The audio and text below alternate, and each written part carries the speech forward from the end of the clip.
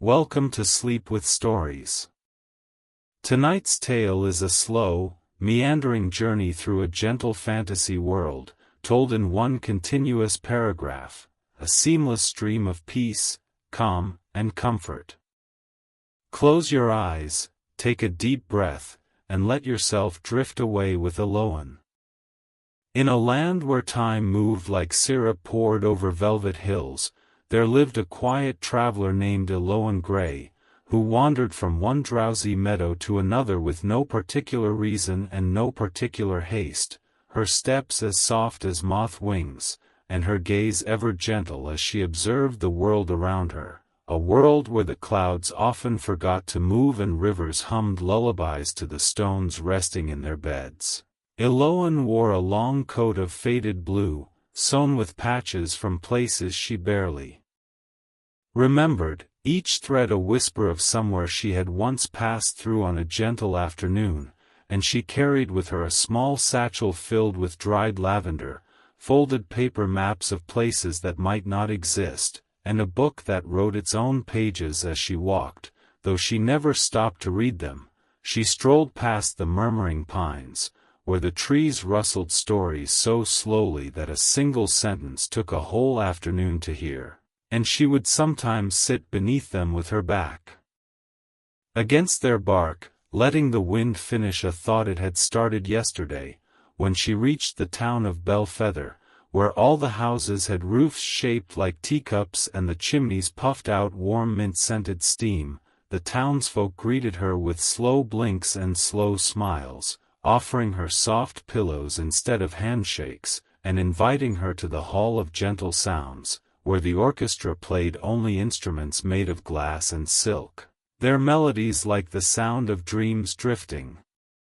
Across a lake at dusk, Elowen stayed for a while, drinking chamomile tea from spoons instead of cups, listening to a grandmother tell the story of a clock that ran backward and never missed a beat, and then, when her feet began to itch and so Elowen wandered past the glimmering fields, where the grass sighed beneath her feet and tiny lights blinked slowly from within the soil as if the earth itself were dozing, where the sun never quite set but hovered low on the horizon like a golden yawn, stretching endlessly without ever finishing, and where the air was filled with the scent of warm milk and old books. She passed a tree that grew umbrellas instead of leaves, their handles gently clinking like wind chimes in a hush of breeze, and she stood beneath them for a long while, watching the gentle dance of their patterned canopies, some polka-dotted, some plaid, some faintly humming lullabies in languages she'd never learned. In the distance, a sleepy procession of tortoises wearing tiny hats made of moss crept across a bridge made entirely of stitched-together socks, and Elowen paused to let them pass, offering each a polite nod as they made their slow journey to the festival of forgotten thoughts, held once every 100 years but only when someone remembered it. She eventually found herself at the edge of the whispering dunes, where the sand was cool and pale blue, and each step released a soft puff of song like a breath from a drowsy flute, and the dunes themselves shifted so slowly that entire villages had once been built on their backs and had not noticed for decades. She met an old woman with a basket of feathers who offered Elowen one for every memory she chose to let go of, and though Elowen had already forgotten much, she accepted 3 feathers and tucked them into her coat with a smile that felt like a sigh. Farther on, she came to a bridge made of sleeping otters, their fur silky and their eyes closed in perfect peace, and as she stepped over them one careful foot at a time, she whispered thank yous that drifted behind her like invisible ribbons. On the other side was the forest of evernods, where even the trees seemed to be slowly dozing off, their branches drooping toward the mossy grove.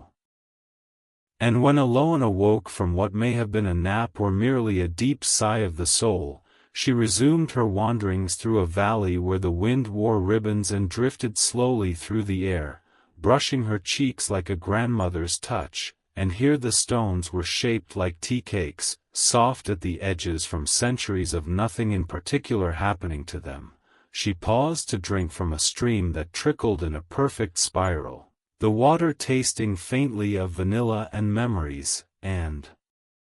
beside it was a bench carved from a single root, worn smooth by 1,000 sitters who had each left behind a thought too gentle to say aloud. She sat and watched the clouds in their never-ending slow roll, drifting so gradually that they seemed painted onto the sky, and just beneath their soft shadows glided a flock of paper cranes, flapping in the mildest breeze as if hesitant to disturb the silence that wrapped the land like a thick woolen shawl. Farther along the path, which wasn't really a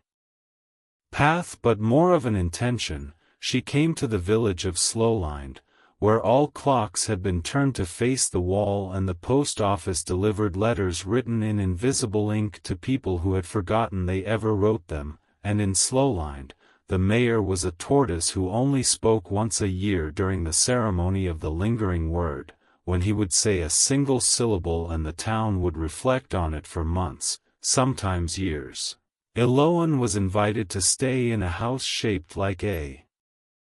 slipper, where the furniture sighed when you sat down and the windows looked out into yesterday, and she did stay, for a time, eating porridge that stirred itself and reading books that only opened to pages that matched your mood, and when the stars blinked slowly into the sky like eyes too tired to stay closed, she climbed onto the rooftop and lay there for a very long while, watching the sky gently rotate, not spinning, just turning ever so slightly, like a music box too sleepy to finish its song. And when so Elowen continued, her step soundless against the velvet moss that covered the rolling hillocks of the Whispervale meadows, where every blade of grass seemed to lean slightly in the same direction, as though nodding off in agreement with the slow turning of the world, and as she walked, the soft chime of distant wind bells, tied to nothing, swaying in the air itself, rang at such gentle intervals that she forgot they were sounds and began to think of them as part of the sky. She passed beneath arches of sleepy ivy, vines that moved so slowly you could not catch them in motion but only noticed after an hour that their leaves had changed their minds about which way to reach, and nearby, a family of snails was having a picnic on a patch of mushroom tops, sipping dew from acorn cups and reading haikus aloud, one syllable at a time. She stayed with them for a while, not saying much, because nothing needed to be said, and when the sun dipped only slightly lower, still never setting, never rising, just meandering in its own circular dawdle, she moved on, passing a cobblestone path that rearranged itself ever so slightly after every few steps, as if it were also deciding where it wanted to go today, and there was no disagreement between her and the stones, for she trusted paths the way one trusts a warm blanket, not to lead anywhere urgent, but to comfort the way forward. She passed a barn made of stitched quilts where cows with flower crowns chewed lavender and played games with shadows on the wall, and a pond that held the reflections of dreams no one remembered having, and when she dipped her hand in, the water giggled and offered her the image of a tiny wooden boat drifting somewhere not far, carrying a basket of unread bedtime stories. Farther still she came to the spiral grove, where the trees had grown in deliberate swirls, their trunks curling like cinnamon rolls, and the leaves fell in slow spirals like sleepy dancers, making no sound as they touched the mossy ear. And the hush lingered like a comforting fog as Elowen left the softness of the Tuesday through Wednesday town behind, stepping once again into the great unmarked spaces between places, where the air itself seemed to nap in mid-breath and the sky melted gently from periwinkle to dusky lavender, never deciding on a color, just drifting between them like a painter unsure what shade dreams should be. She wandered into a glen where lanterns hung from nothing at all, simply suspended midair, glowing softly with the sighs of those who had once wished for nothing in particular, and below them were cushions left behind by passers-by who had decided to rest indefinitely, now grown mossy and wise with waiting. Elowen didn't sit, she simply touched the edge of one cushion and nodded, as if to say, "I understand," and moved on, passing through a veil of soft feathers falling from a tree that had never had birds, only dreams of them, and their softness clung to her coat like sleepy snow, as she entered the swaying orchard, where the trees moved just slightly side to side, enough to lull their own apples into a nap before they ever fell, and the wind carried with it the gentle aroma of cinnamon, lemon balm, and distant lullabies hummed by unseen mouths. She came upon a field of stones shaped like pillows, each one etched with a single word in a forgotten language that somehow meant both, now, and never, and, it doesn't matter. And she lay among them briefly, eyes closed, breathing with the rhythm of the nothings that made up everything here, until even her thoughts began to blur at the edges like ink in water. When she rose, she found herself walking across a bridge made of whispers, held together not by rope or wood but by the quietest of kind words spoken and never heard, and beneath the bridge flowed a river of melted hours, time that had been set down gently and forgotten. And the current carried small boats with no passengers, only neatly folded letters never meant to be read. Across the bridge lay the village of Drift End, where no one lived exactly, but everyone passed through eventually, and the houses had no doors because the wind was considered a guest, and each room held teacups already steeping with flavors matched to the thoughts of the last person who had entered. Elowen paused to sip a cup that tasted like a half-remembered lullaby and a breeze through a linen curtain, and the steam curled into shapes she didn't try to name. The people of Drift End, if they could be called people, looked more like silhouettes stitched from twilight and patience, and they moved without sound, always carrying baskets filled with things like folded moments, pieces of silence, and invisible marbles that rolled only when no one watched them. One offered Elowen a scarf knitted from a single yawn, and when she draped it around her shoulders, the weight of it reminded her of stories never told aloud but held gently behind the eyes of those who understand you without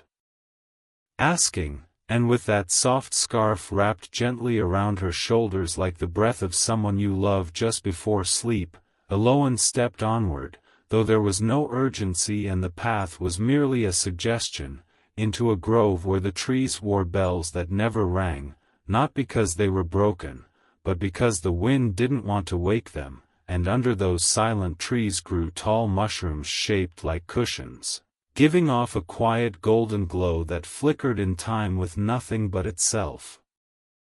She wandered through a corridor of willows whose branches formed archways just high enough to stoop under, and as she passed, each one released a faint chime like the closing of a very old book, and she imagined each tree held the ending of a story never begun, and that walking past them was her way of reading all those forgotten finales. She entered a garden where the flowers had no scent but bloomed in slow motion, petals unfolding so languidly that she could lie on the grass and nap between the opening of one and the next, and in that garden the bees buzzed not for nectar but just for the feeling of floating in circles, as though the act of wandering was reason enough. She reached a pond of still, milky blue water where ducks wore spectacles and slowly blinked at their own reflections, and beside the pond stood a tall, narrow building with no windows and a door that hummed faintly when she approached. It opened without being asked, and inside was a spiral staircase made of stitched leaves, each step sighing as she climbed, and at the top was a room filled with beds of every shape and softness, none of which had ever known a night of unrest, and she chose one without choosing, simply falling into it like a sigh falls into silence. And though she didn't sleep, she didn't wake either, just existed in a perfect state of between. of drifting and floating and not needing to be anywhere but exactly there. After some time, or none at all, she rose and descended again, exiting the house to find a sky covered in quilted clouds, soft and low, and walked through a meadow where the air itself felt padded, and each breath tasted of vanilla and quiet understanding. She came to a small village shaped like a spiral, where each house was made of stacked teacups and everyone walked in slow circles around the fountain in the center, which didn't flow water but instead released a mist of forgotten dreams that wrapped gently around her ankles and made her think of lullabies sung by stars. She met a fox made of fog who offered her a small box with nothing inside, but when she opened it, she felt everything she'd ever loved pressed gently against her chest like a memory wrapped in wool. And as she walked farther still, the landscape began to soften, as if the edges of the world were blurring into some great hush. A timeless quilt of colors and warmth and ease, and though there was no end, no destination,